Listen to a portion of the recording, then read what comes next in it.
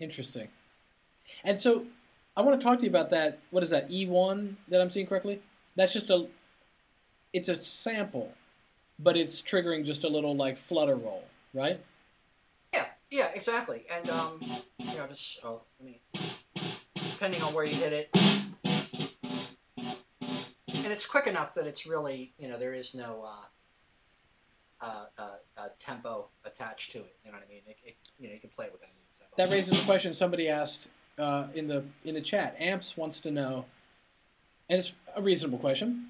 What is your first beat off of if you don't quantize? And I think he's essentially saying you're making the whole beat live. So how do you know where the beat is? You are the beat.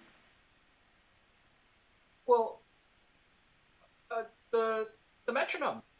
So you play to a You click. know what I mean?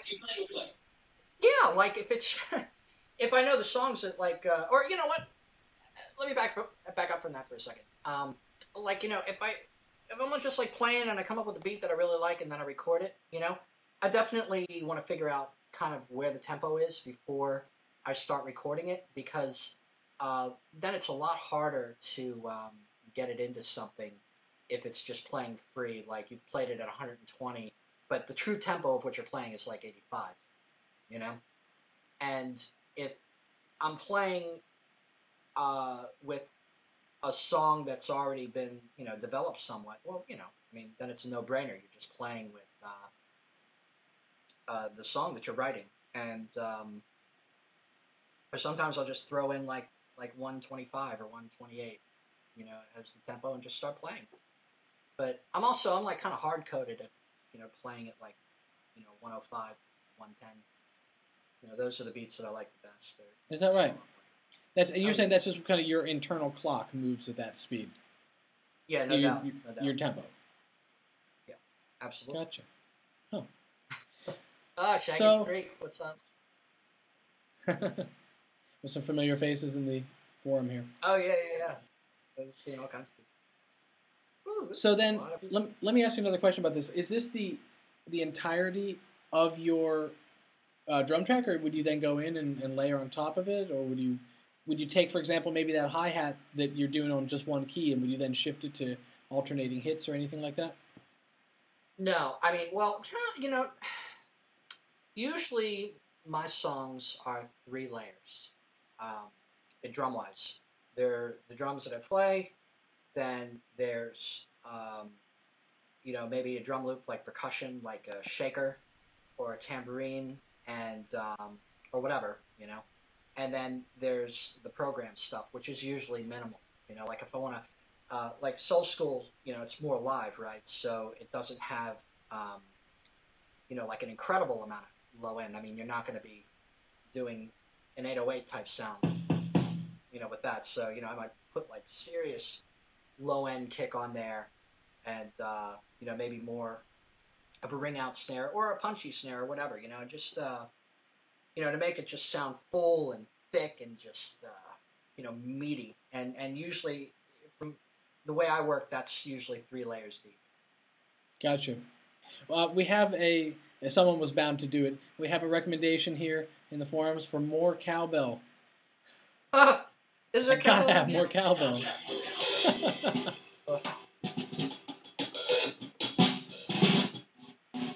I don't think there's a cowbell on. I don't know, there is cowbell. Sorry. We got a fever, Josh.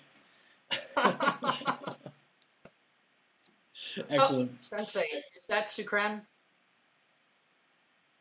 So, one of the things I was also wondering if we could do to look at these beats. You were doing some of these beats, right? And this notion, I think, like the Rosetta Stone of this technique is the hi-hat. When I've tried it at home, that's sort of the thing, is like getting that hi-hat, keeping the beat.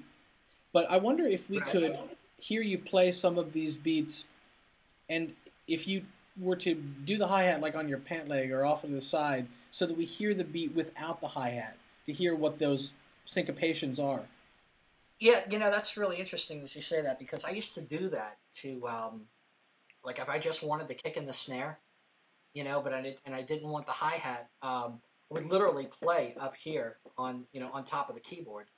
And it never really works completely because for whatever reason, if you're not hearing this stuff, uh, it just, I don't know.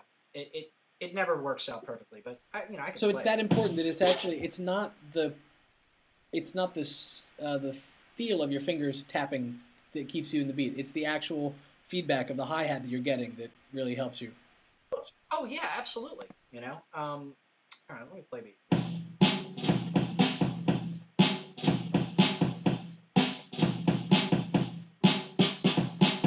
See, I'm already losing my timing, but yeah, it can be done. Interesting.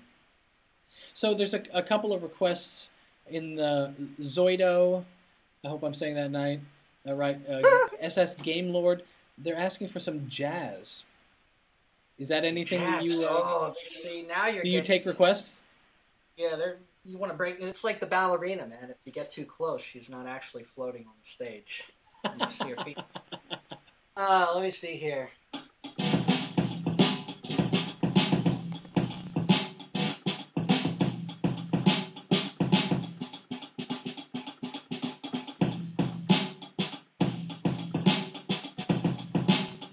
No, not so much.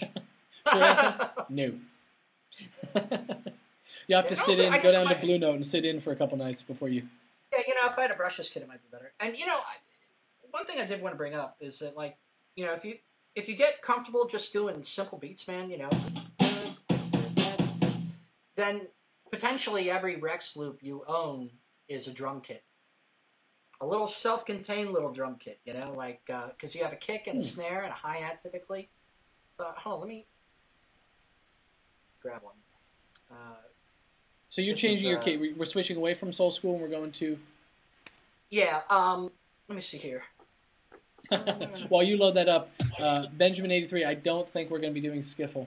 Here we 60 go. years later. Yeah, this is a drum loop, and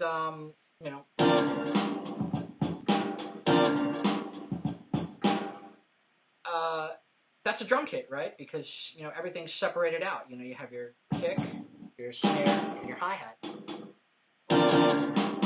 So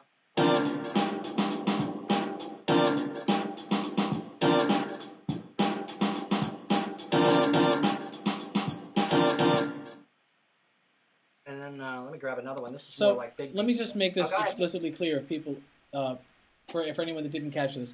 It's the first time you showed this to me. I was like, wait, hang on.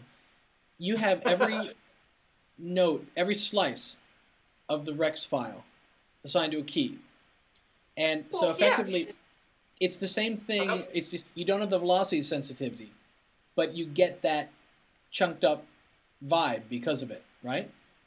Yeah, absolutely. So, you figure, Dr. Rex, if you load a loop in, it's sliced by beat. So you have all of your different sounds. Oh, that's a big one. Let me go back to the other one.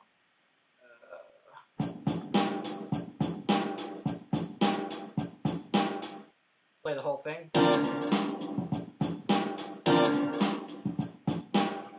But play it out of sequence. And, where that comes in really handy is, if you're doing a song where you do have this loop, during a breakdown, you may not want this sound. Just play, a more stripped down beat.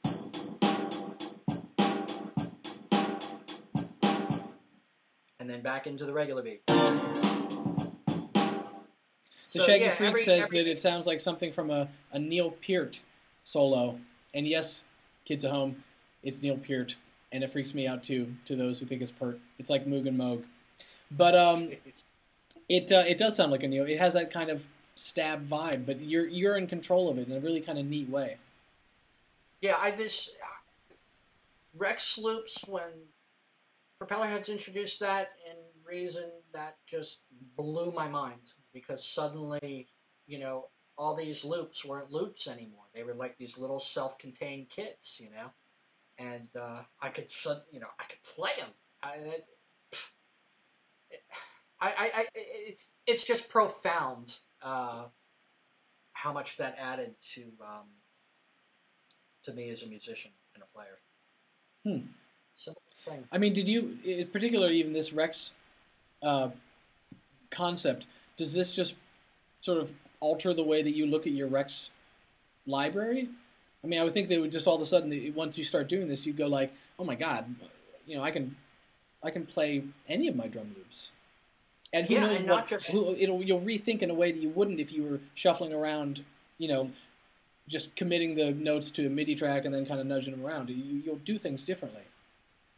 yeah, that's right. And suddenly everything is up for grabs. Like if you have hold on, switch the camera back here. If you have Rex loops of sounds, like the my one of my favorites, the Optagon library. You split up all those musical riffs and you play them out of sequence. Sky's the limit, man. Rex loops are probably just about my favorite thing in creating. Huh. So, And would you say that, I mean, particularly to this technique, would you actually, if you were to do this, look at this on a day-to-day technique that you have in your toolbox, you go, okay, I can play drums, I can do it live, I get a good feel. Are you going to reach for a Rex loop before you reach for a Detroit Soul School? Or where's your starter on that? Or maybe it's... it really depends. If it's like a more traditional, sounding thing, I might want to grab, Soul School or whatever, any kind of live kit. But, if it's like electronic music, or drum and bass, or dubstep, I'm not going to bother, trying to play that live. I'm going to put in what's specific to the genre. I see. Someone's asking again about ghost notes, and we've talked a little bit about with the rolls, but I wonder if right. We could address it actually. It comes from American Yellow. Thanks for the question, American Yellow. Essentially, what I'm wondering about is you've got the rolls, but do you also do very, very low velocity ghost notes? Well, yeah. Hold on, let me switch back. And that's the beauty of Soul School is that it's got that light little. One sec. Oh, I'm not even on Detroit. One second. You can't make it loud. You know what I mean? That's as loud as it goes. And just compare it to the other snare, just so we can hear this little yeah, sure. Aha. Right, so if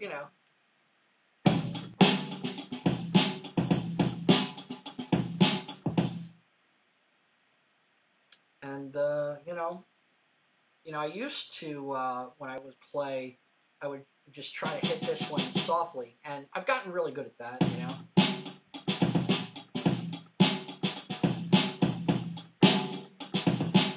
But I definitely prefer it when there's a drum section that's just quiet by design. And to make sure that we're seeing that correctly, that ghost note that you're hitting is the one in that pattern you just played. It came right before that double bass drum hit. Doom, right. Da doom doom. That one you do as a ghost note. Yeah, that's a D3. That's the ghost note. So no matter what, by design it's quiet, so you can't make it loud unless you were to just pump up the volume in the mixer within the Soul School patch. So gotcha. Like bang.